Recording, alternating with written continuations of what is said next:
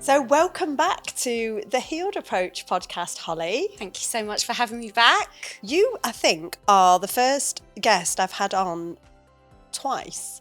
But what a privilege. I'm so proud of myself right now. Right?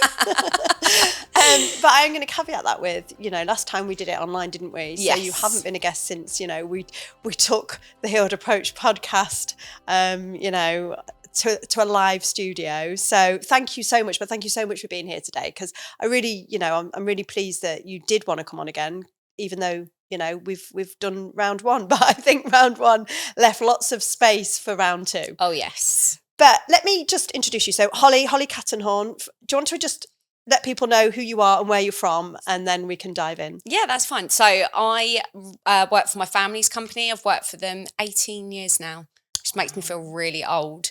But yeah, I started straight out of college working for my family's road surfacing company, sort of worked my way up through the ranks, and then now sort of like leading the company with my dad. I'm like his right-hand girl. And now trying to branch into sort of other avenues of raising awareness for women in construction. Yeah. And sort of working a lot more with schools and trying to do apprenticeships and things like that. So yeah, that's basically where I'm at. I've lost my job title now. I don't even know what it is anymore. Well, that's good. That's good. I mean, I think that, job titles so contrived anyway. And, yeah. But yeah, that's probably a whole topic of conversation in itself. And I do want to come on to, because I think that's probably why our paths have crossed, the women in construction. Obviously, I've been down. You got me down. Yeah. To Plymouth, Portsmouth. Where did I go? You went to Fareham near Portsmouth. Yeah. I went to Fareham. You've been around the whole country. Yes. Obviously, that's where we first met in person. Yes. Even though we've known each other quite well through LinkedIn, etc., and talking online. Yeah.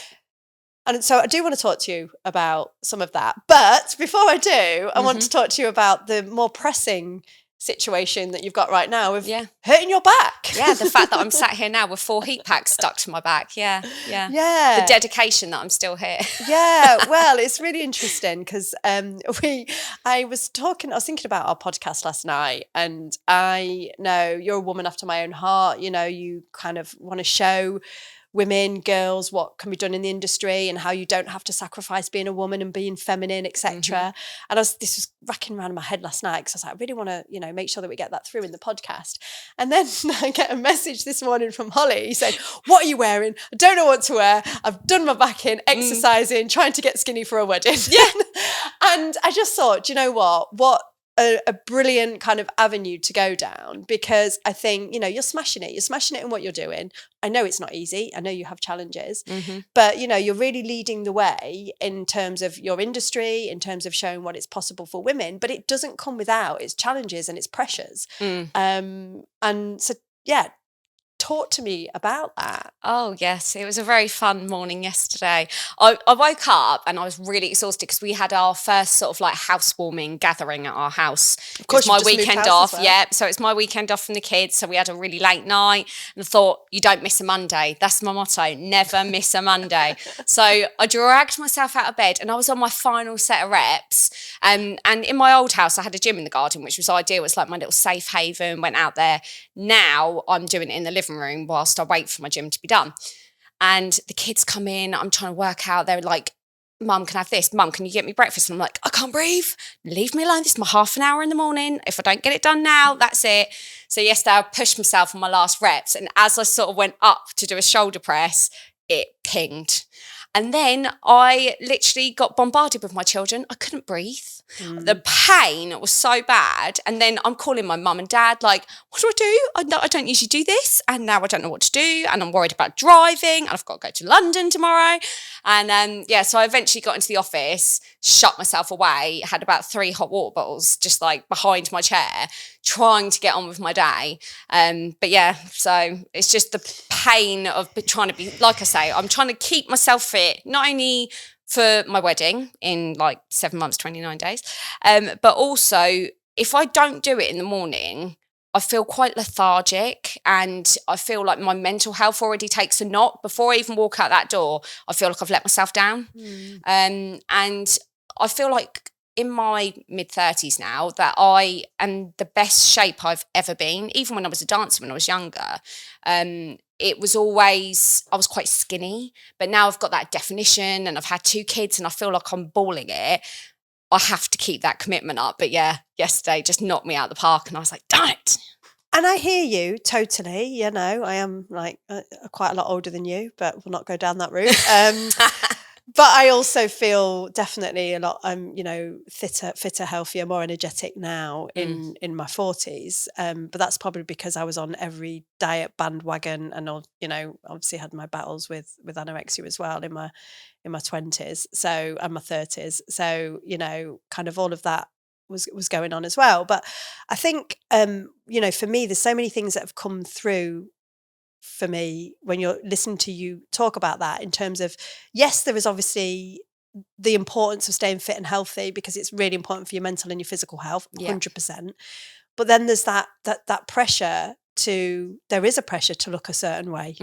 And, you know, in any industry that you're in as a woman, you know, I was thinking about this today, and the fact that, like, obviously I'm doing the podcast and I've had like 4 outfit changes because I've got 4 podcasts, and I'm thinking, how many men would even give that a second It'd just be thought? shirt and trousers Do you and know we're what done. I mean? Yeah. Do you know what I mean? So there is this, you know, and I'm owning it, you know, it's the reality. And it's like, you know, and you know, there is that additional pressure, and yes, we do it because we want to do it, but I think it's just being honest about that, and not shying away from the fact that these are things that are added layers of being a professional woman. And you know, also as well, the children. You know, you're trying to do all of this alongside being a mother.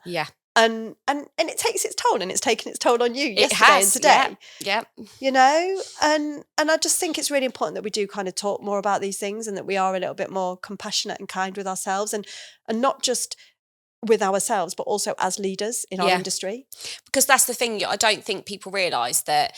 I know, like, I've got a really good support network, and my fiance's amazing. He is he buys you Gucci handbags. I mean, where did you find him? Yeah, I know. He is literally. Has he got any friends, brothers? He has got quite a few friends. He's just amazing. He's the most wonderful stepfather. Like, he is so hands-on with my kids. I'm very hands-on with his, and we've got such a lovely little family network. But my kids have also got a great dad. We didn't work as a couple, but we work really well as a team when it comes to the children. But most of the time, they go to work, they come home, and they're done. Whereas me, I've gone to work yesterday, struggled through being a leader in our business, and then come home and tried to cook dinner. 3 different dinners yesterday, because everyone had to have different dinners. And eventually I got on the sofa and I had to call my ex-husband and say, look, I am not going to be able to take Ella to guides. I cannot move off the sofa. I need to take my strong painkillers and knock myself out. And he did step up and come and pick her up. And because we usually do half and half, but he did actually, I was like, I can't get back in the car. I just need to stay at home and chill.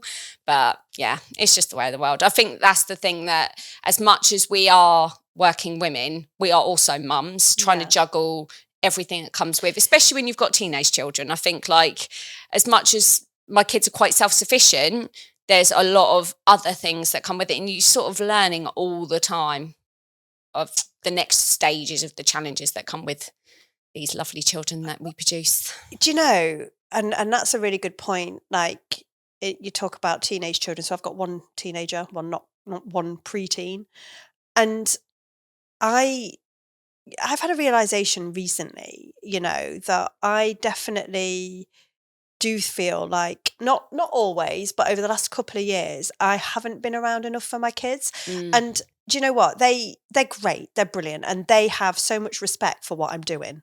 I've shared this story before of, like, when it was my birthday, and my son wrote me a card, and it was like, to Mum, although your cooking skills are questionable, I'm really proud of what you're doing with your job and with your work. And they really, really are supportive. By the way, I've shown him that I actually have got very good cooking skills. It's really, really funny, because now that I've slowed down a little bit with work, because I must admit, like, to them, I wasn't a mum that could cook. I wasn't a mum that could do all of those things. I was just a mum that could go out and build a business. And I do look back and think, I don't regret anything. I can't regret anything. I was setting up a business, and they've seen that. But I have got to a point now where I'm thinking, hold on a minute, I probably did sacrifice more than I needed to, just to prove to other people I could do it. And I'm like, what was I doing that for? Yeah. You know? And all of a sudden now I'm a bit home a bit more and I'm cooking and all of that. I'm like, you see, your kids, your mum can cook, can't she? You can have it all. Yeah. I think that's the thing. Like, I mean, I tell you what does frustrate me. Like when I've got back after a really stressful day, I cook probably 90% of the time home cooked meal every night. And my daughter's really good. She'll eat anything. My son, I put it on the table and he's like, oh. And I'm like, oh my God, I could be a mum that gets the chicken nuggets and chips out, whacks them in the air fryer every night. But no, you've got a home cooked meal and that's the face I get. And I'm like, do you know, why do I bother? Why do I bother? I absolutely lost the plot with my son the other day because I give him same thing. He's like turning his nose up, and because he's nearly 15, he's a very good cook, right? I taught him well in lockdown. I did teach them quite a few skills, and beyond lockdown, obviously. But anyway, and I'm like, why are you not eating? Well, maybe if you cooked edible food. I went absolutely mental. I'd have gone nuclear at that point. Now, I'm normally quite calm, but I was like, you what? You what? Anyway, he soon disappeared to his bedroom. But I think, it's interesting as well because, like you say, again, we put the pressure on ourselves to make sure that we do. We're coming up with home cooked food, and although sometimes I do, sometimes I'll be late home and I'm on the way and I'll go to the chippy, or I will just cook them, like you say, chicken nuggets and chips, and that's okay, you know. But I think it's really important as well that we do make sure that we're not always doing that, but that's another added layer on top of trying to build 100%. A business. But just when you were talking about that, and sorry if I'm going off on another tangent, but one thing as well that's kind of struck me more recently is how I definitely made excuses to kind of not sit down and have a meal with my kids. And this might, this is, I've never spoken about this before, but like in the past, it was always been like, oh, I'm running around and busy. They've got scouts, they've got football. We don't have time to sit down and eat as a family. And then, and if we do sit down and eat as a family, because it's just me and my two boys, and they're both fighting for, the alpha place. It's like, it's always a nightmare. It's always like, they're fighting with each other, and, and then I get stressed. I'm like, oh, it's just not worth it. But more recently, as I've slowed down a little bit, I've thought, actually, it is really important that I sit down and I have a meal with my kids. But I think the kind of, I don't know, maybe if I'm really brutally honest, the whole thought of eating the same as my kids was probably something that was playing on the back of my mind, potentially. Yeah. I don't want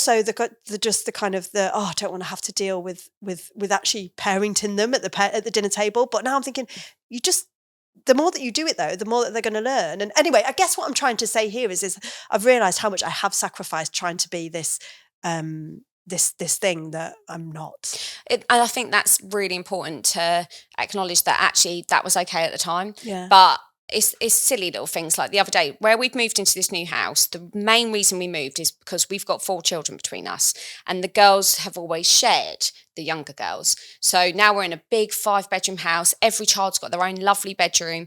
And it wasn't till the other day, because we quite often in the week when it's just me, Ryan and the 2 kids, my 2, we will, if Ryan's back in time, have dinner together, because it was just easier once we've all finished work. They used to want to like dinner straight away as they get in the door, because you know what they're like, they're hangry, aren't they, after school? Yep. But I drag it out a little bit and I'm like, no, have a snack or something, and then we'll eat when mummy's finished work and Ryan's through the door. Yeah. And I love that little bit of time, and I love how much he loves that as well, because he values it. And it's nice to sit there and we talk about what's going on throughout the day and that. And it has actually completely changed my perspective on my life, because before, with my ex, I used to dread him coming through the door, and I'd want my kids to be out of the way before he even stepped foot in the door, because it would be a criticism of what they were eating like, or I wouldn't be able to talk about my day because we weren't allowed to talk about work, because he was one of those I work to live, not live to work kind of people. Mm-hmm. And I'm the other way. So just recently, where we didn't have an office because the office was being built at home, we've now got an office, and I started falling back into that trap of, I didn't get that done today, I'm going to sit here and do it tonight because it's quiet. So we'd have a quick dinner, but then the kids would go off to their rooms. And it wasn't until the other day, my daughter was out and my son came down. I said, should we watch a film together? And he was like, yeah. And we sat there and we watched this Elio or something, it's on Disney. And at the end of it, I went, I've really, really missed this. because I have been rushing around constantly, trying to work, trying to get everything up together for all the events we've got going on and the pressure we've got at work at the moment for our end of year accounts and things. And I've missed this. I said, you go up into your room now. And he said, well, I do love my room. I said, but I miss this. And it was that hour and a half and we held hands, we had a cuddle. How and old I is he? thought, he's only 10, nearly 11. And cherish it. Yeah. And now I'm like, because even since we've moved, like Ella has been a lot more needing, like a bit more loving and wonderful. And I'd sort of lost that as well. And I think, oh, everything's sort of coming back full circle now. And I want to actually be with them, because I think, especially like the summer holidays, I don't know about you, but they drive me insane. And the mum guilt, and we talked about this before, didn't we? With the balance of trying to run your business and also trying to be a good mum. And when you see the screen time on their iPads and that, I was like, oh my God, that is like criminal. Yeah. But they're happy. Yeah. They don't notice the difference. But for me, especially like, I don't know about you, but this blooming Roblox, like, oh my God, it was driving me insane. Eldest, and they were arguing with our friends and, oh, I've blocked him now, I'm not speaking to him anymore. And I'm like, we're seeing him tomorrow, like in person. I've arranged a play day. Like, great, can you sort this out before we go around there? But yeah, and I think the world has had to wake up to a bit more of an acceptable, if I'm not sending that email at 5:00 and I've gone out to the park with my kids for an hour, that's actually okay. Yeah. And stop beating yourself up about the fact that you're not present in that office 9 to 5, because that is not the way of the world anymore. It's not the way of the world anymore, but I do think that that is something that, not all industries have got the memo for. No. And it's interesting though, when you said about how lovely it is sitting down and having dinner with your kids. Mine literally drop kick each other. To be fair, it's not always nice. What are you looking at? Mum, why are you making us do this? Oh, for God's sake, oh, he's a pig, he smells. And I'm like, oh, but this literally happened the other week. And seriously, my eldest got up and literally drop kicked his brother. And then his brother threw a candle at him. And I'm just sat there going, I failed. Why have I put myself through this? Yeah, but I also thought, this is because you've run around the country for the last 2 years trying to build this business, trying to build this presence, which, yeah, you did it and it was okay that you did it at the time. But now something, and this is the point, right? Something's given. Yeah. That bit has given. So now it's time for me to give back to that, I think. Yeah. And I think it's just, I think I don't know, I just think it's really important that, because I could have carried on like that, and I think there are a lot of people that do carry on like that and do carry on trying to juggle and are literally living on the edge of burnout forever. And then this added pressure, like I say, of also having to look a certain way and to, I shared something on my Instagram today about how I would literally fuel myself on caffeine because I didn't want to eat because I wanted to stay skinny and all this kind of stuff, And by the way, this is something I think that affects men too. Yeah. 100%. And I don't think, like, my partner, he's really naughty and he'll get home and he'll be like, I haven't eaten all day. And I think it's half the time, especially in construction. I mean, when I go out to my guys on site, half of them either just smoke and live on coffee, or some of them go the other way and get a million takeaways. So there's no really healthy balance. And I think that's so important. Like, sometimes I will make Ryan lunch. I'm not, and he will kill me for saying this, but 99% of the time it's on the side. And I'm like, you've forgotten your lunch. Oh, I'm so sorry, babe, I'm so sorry. But I do try and keep us all really fed very well.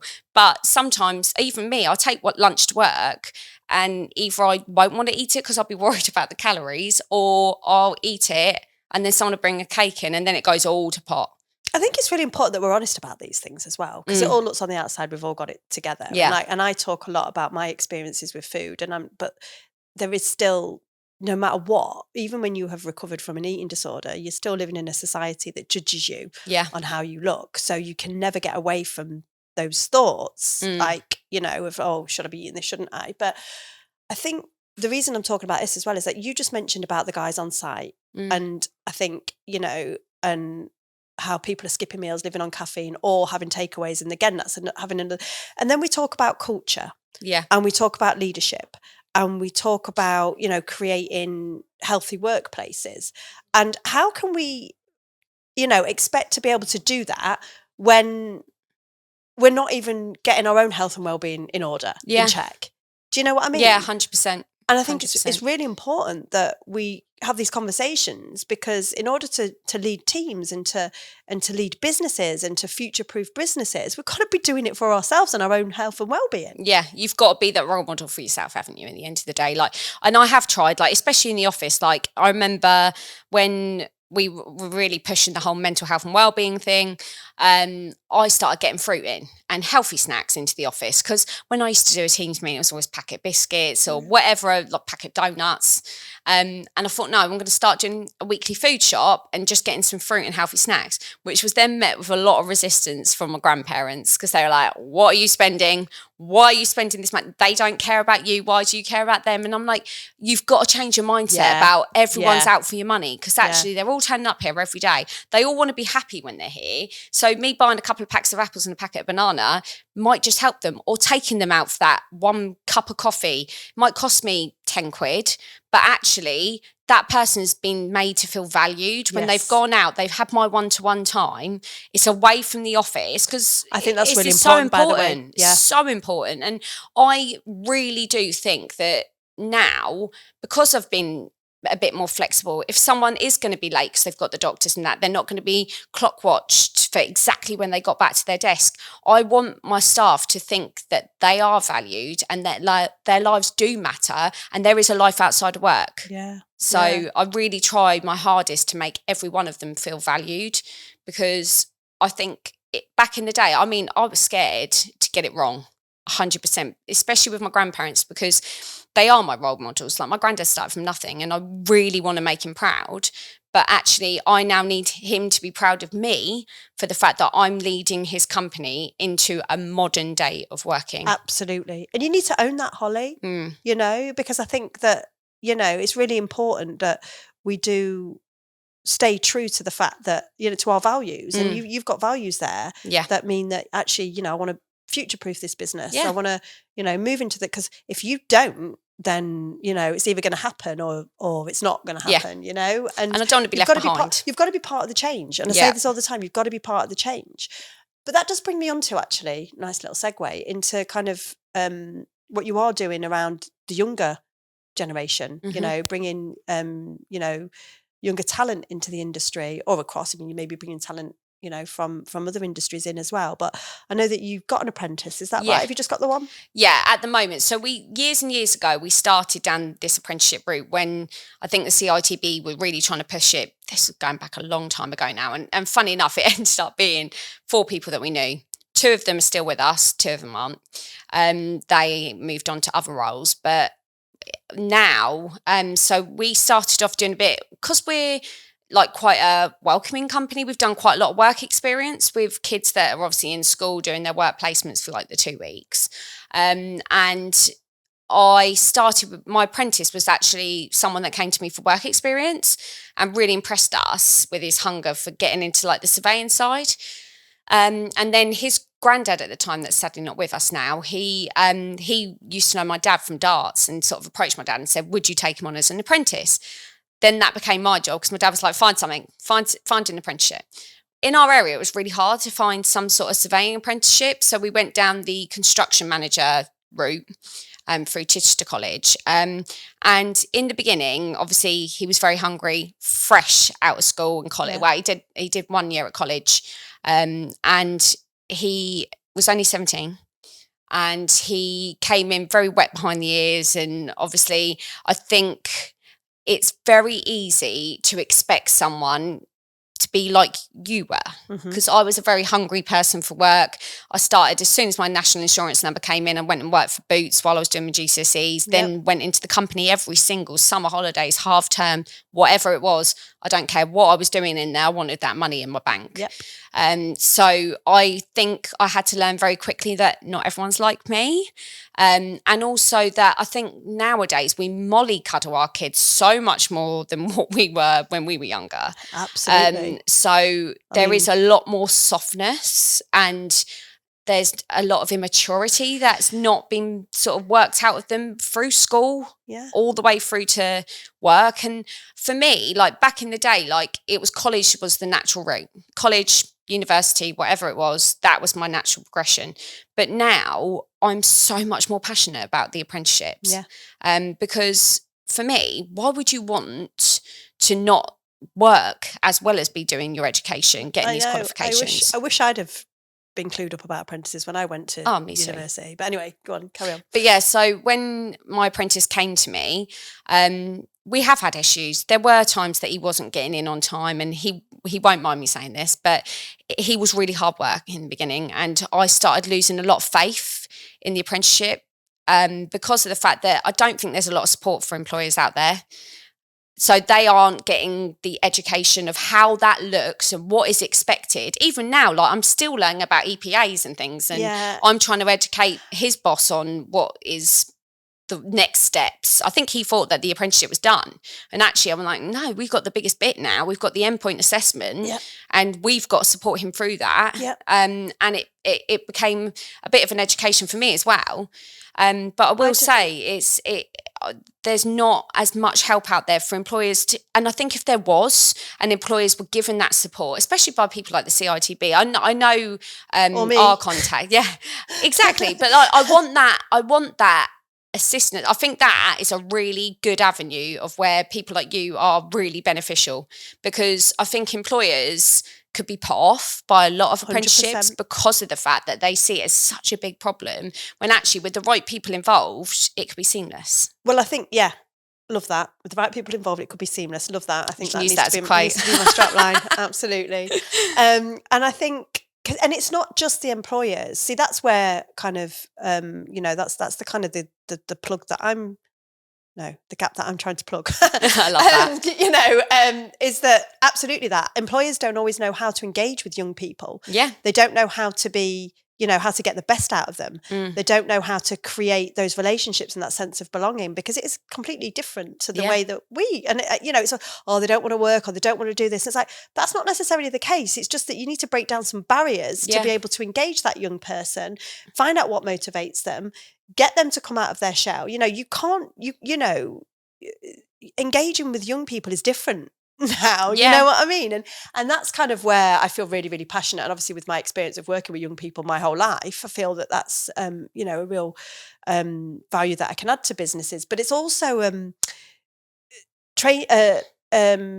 the education providers. Yeah. Been talking about degree apprenticeships quite a bit recently. But again, when you've got apprentices, you've got a lot of tutors at universities who haven't always taught apprentices. No. You've got, even at colleges, you've got, tutors that haven't always taught apprentices. They've usually taught, people that are kind of full-time or they're undergraduates or etc. And you have to treat apprentices differently to what you would any other student, And I think this is a gap. This is where, apprenticeships have got massive potential. There is, what's not good about going out, getting the skills you need for the workplace and earning money at the same time. And also it helps employers as well to kind of teach the way that they would want their young people to come into the industry. But there are gaps and there are and that's kind of what we need to talk about more, is how we support employers. Got a very long way around saying it, but how we support employers. There's I see a lot of support for apprentices. I see a lot of, somebody contacted me today, and I think it's great. It's like, we're doing training sessions for apprentices on how to, manage their finances, etc. But what about that support for the people that are supporting the apprentices, the employers, the tutors, the mentors? Where's the support for them? Yeah. And I think that's the thing. Like, I think my apprentice would definitely say that I've supported him more than what other people probably would, and I've been a lot more patient. There has been times when I've kind of like, oh my God, what are you doing? But I have seen him mature a lot in the last year, and I'm proud of him for that, because there were times that I thought I would give up, and I thought, do you know what, this isn't worth it. But actually now, seeing him find this passion and take on responsibility, like he's just gone and rented his first flat with his girlfriend, and I've sort of said to him, right, you can do a bit extra work if you want to, get a little bit of extra money in your pocket, because that'll help you. But also you've got to make sure that time that you're spent that's extra benefits the company. And I think giving him that trust that I'm saying, do you know what, you can go and do a little bit more whilst you're training for your EPA, then I think that's sort of a mutual respect now. But I think when you start looking at apprenticeships from school, I think certain schools don't get so much support when it comes to the careers side of things. And I mean, I've done a couple of careers fairs, even one at my old school. They've got an amazing careers lead who is now being picked up to do another local school. She's actually bringing double the amount of students to our iConstruct event this year at Fareham College. Yeah, I hear that's just growing and growing, isn't it? Yeah. Like 800 students. Yeah. I'm in well, my throat will be very dry by the end of it, won't it? But yeah, I'm you love so, it, Holly. yeah, I do love it. I'm so passionate about it. But when I went to the careers fair, she put on this amazing event, but it was the teachers that were coming in because they had to bring their students into the room. Some of them were there from when I was at school, and they were shouting at the kids like, go and speak to people, go and speak to people. And I thought, do you know what? That's not right. Yeah. Because actually, if someone did that to me, I'd close down. Yeah. But also looking at me, I mean, I always, you know what I'm like, I go dolled up, but having all my PPE there as well, I was approaching, because some girls would literally walk past me. And I'd be like, come and talk to me. Like, come and talk about what construction is, because it might be that they're navigating to the things that girls are supposed to do. Yes, of course. But actually, there's so many amazing opportunities out there for young people and females. And it's just breaking down that barrier of, don't go for construction. It's a dusty trade. You're going to get dirty. You're going to have to be out in your PPE all the time, because I'm not.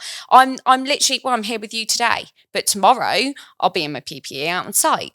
Thursday, I'm in Birmingham for the NEC for National Construction Week. Oh, yeah. And talking about being a woman in construction again. So there's so much variety in the construction industry, and also the money is there. So therefore, why not get into something that you're always going to need it? We're always going to be constructing. When all the jobs are finished, you go back again, don't you? And you start doing something else. So I think we really need to support employers as seeing those young people as people that can come in for the succession planning that they're doing, for bridging the gap, because we are majorly lacking, especially with road surfacing, for example. It's such a specialist trade. And I go out to site and I watch our operatives work, and I am so proud that my granddad started this business 65 years ago, because watching them all work and all the bits of equipment and how that's even evolved, like, it makes me so proud being out on site. But we have got an ageing workforce. They won't mind me saying that. But we've got a lot of older chaps that are going to be looking to retire in the next sort of 10 years. And where is that young, hungry, passionate youths to come up and start taking on those roles? You've got people that don't want to give those people the time because they've then got to slow down what they're doing and then bring these people up. But you haven't got those people looking at road surfacing, for example, as a career path. And why are we so afraid of slowing down? Oh, you know, again, like I said, it seems to be something that we're so afraid to do, to create space, to slow down, to learn. You know, if you slow down, you're going to learn something from them young people. Yeah. You know, also as well, I mean, it's interesting you talk about construction, and there's money in construction, and there is, and you know, we're always going to be, it's something that we're always going to need. We're always going to, you know, it's the backbone of the country, really. Yeah. But it's interesting because there seems to be a fear around investing money in creating inclusive cultures. Yeah. And it drives me crazy. Because it's like, why? And it's the same with talking about apprenticeships as well. There's a lot of focus on technical skill, but there's not a lot of focus on how we actually create, well, how we start with ourselves in terms of creating healthy you know, relationships with ourselves, but then how we are able to connect and create cultures and environments that are healthy and forward thinking. Yeah. And I think that is a major issue, because these soft skills that are really important, like I've just finished doing some training with Winter Camp Coaching, who's done a lot with us before, and it was all about emotional intelligence. Yeah. And do you know what? The absolute backlash I got from, one, organising it, two, from people not wanting to attend because they thought it was a load of rubbish, and three, just everyone making my life so difficult. And I sat back and I thought, I have worked so hard to get this training put together, and this is what I'm being met with. But actually, we did this training, and it was silly things like picking back our values, picking back our processes. What is going wrong? Why is that team not talking to that team? And it really identified a lot of issues. And one session we played with VR headsets and had to defuse a bomb. And actually we had such a giggle, but I worked with pretty much all of them because obviously I'm the boss, but watching other people that wouldn't have anything to do with others in the office, like working together to do something, and it was just a bit of fun, but actually breaking down the conversation and having that chat with them and learning a bit more about what their strengths and skills were, it made us all stronger. Yeah. And some people were so grateful. And even my dad, like at one point, he sat in one of them because he was like, "Oh, I'm too busy. You've done this on a day I can't do." And I said, "Dad, please come. Like, I promise you it'll be worth your while." And at the end, because I felt like the first session, I felt a bit beaten up by the end because they were identifying all these issues that they had. And then I felt like it was all on my shoulders to fix. But actually, Dad needed to hear it as well. Yeah. So he came in and he was so grateful for it. Yeah. And he actually said to Darren, my contracts manager, he said, "Do you know what?" He said, "You actually could do with being in this." And he came in on the last session. He contributed loads. Yeah. Like, he was actually really great. And I was so thankful that actually, yes, it's taken him 6 weeks to come and actually see everything in action. But his contribution was so invaluable because what the others don't see is the voices of the operatives, because then they're just office based. They're not out on site seeing the struggles. Like, they might say, "Oh, you've only got 30 tonne on today." Well, actually that 30 tonne is around 50 million manholes that haven't been lowered by the ground workers. So they don't see the challenge of that 30 tonnes. And so it was nice for me and Darren to speak up for the operatives. Yeah. And how do you, how can you run, a successful, I'm not saying you're not, because you obviously are running a successful business, but how can you do that without understanding and recognizing and collaborating? And you need to create space for that. And I think sometimes I think it's the way that it's, communicated or branded. Like you're like you said, your dad came in the end, but maybe it's because there was just this perception initially that emotional intelligence is something that's soft and fluffy. Yeah. And really it isn't, because actually it's hard. It's a hard skill actually. Yeah. To master. 100%. And I think that's the thing, like a lot of the times, like we've had it just recently where tensions have grown in the office and people have been a bit frustrated with each other, and you get this blame culture, which is always going to be in construction. "Oh, so-and-so didn't do his job properly. Oh, he went off early and he's gone off to do this." And it's always that blame culture. It's someone else's fault. And I said, well, actually, like, we had a situation on Friday where our estimator hadn't picked up on a change of material, but then our supervisor went out to the job, understood the requirements, knew that it should probably be an open graded type of material, and we didn't change the order. So our operatives have got there, it's the wrong material. And I said, all of you are looking to put the blame on someone. Well, actually, along that line, even down to myself, I check that board every night. Yeah. Why did I not look at the original quote and see that it was for a certain type of material? Yeah. But I think sometimes we're all just too busy. So then we all end up blaming each other. Well, actually, it's not a person's problem. It's a company problem now because it's cost us all money. Yeah. Yeah. So, and I think that's one thing that it does become quite intimidating. Like being a young person, for example, coming into that industry. I mean, I'll never forget, like when I was younger, when I first started working there, and my granddad said, "I've got to find your wages today." And I was terrified of him. Outside of work, he was literally the fluffiest, loveliest granddad, and I adored being with him all the time. But at work, I was terrified.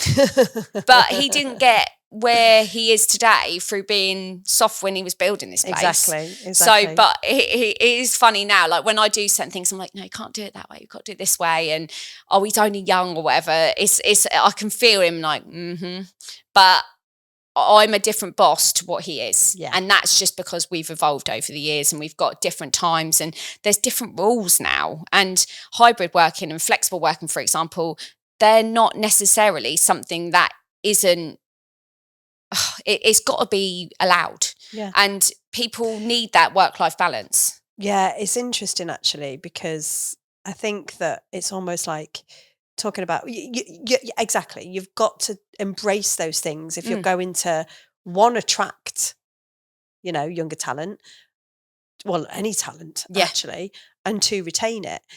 But it's really interesting actually, because I do kind of think with this whole hybrid flexible work, I mean, I'm a big believer in, it comes down to relationships. It comes down to effective leadership. Okay. If you are, it doesn't have to be black and white. You know, we've got this, oh yeah, we've got, hybrid. So we work from the office 3 days a week and we're allowed to work from the office work from home 2 days a week. Why does it have to be so black and white? Yeah. You know, why can we not actually just create cultures where we trust our individuals, you know, that then, because if we trust them, we're going to unlock their potential, and then fundamentally they're going to contribute to the business overall, and it's a win-win for everybody. And it's like, one size doesn't fit all.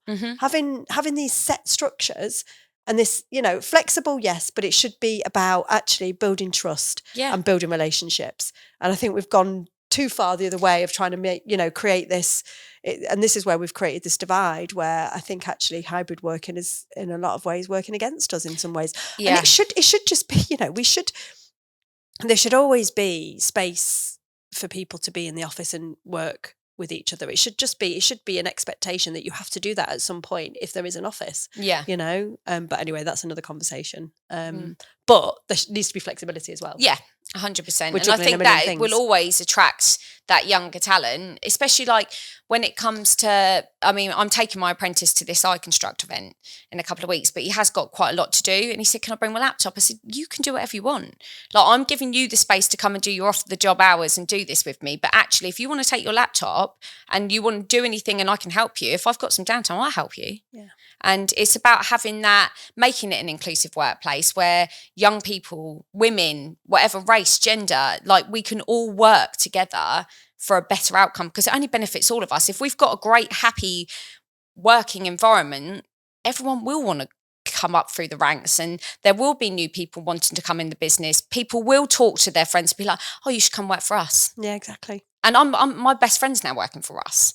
And everyone's like, oh, it's a bit risky. But actually, do you know, it's one of the best things I have ever done, because I get to go up there, say hello to my bestie every day. But actually, we don't really work together that closely. But everybody's got their own opinions. Yeah. Do you, Holly? Yeah. Do you? Exactly. Thank you so much. This has been such an interesting conversation. Lots of, you know, rabbit holes. Oh, yes. We love a rabbit hole. Yeah. And, you know, I think just, keep being you, keep shining your light. Make sure you recover.